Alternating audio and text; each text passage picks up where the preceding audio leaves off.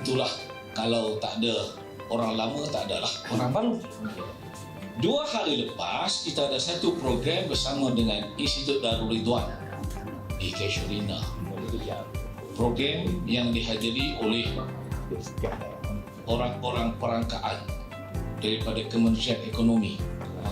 Dia bercerita Malaysia ke arah sebuah negara menua, dan rupa-rupanya negara yang paling ke hadapan menjadi negeri menua ni Perak. Perak kita, dan daerah yang termenuanya ialah daerah LMS di Taipei.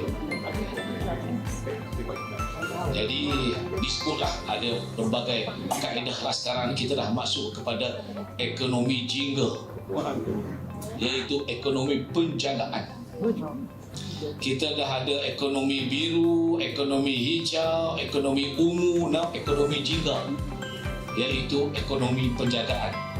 Kita dah hantar Datuk Sabiah Esko Kerajaan Negeri pergi tengok di Jepun dan tengok negara lain bagaimana negara itu melancarkan ekonomi jingga, iaitu yang berkaitan dengan penjagaan.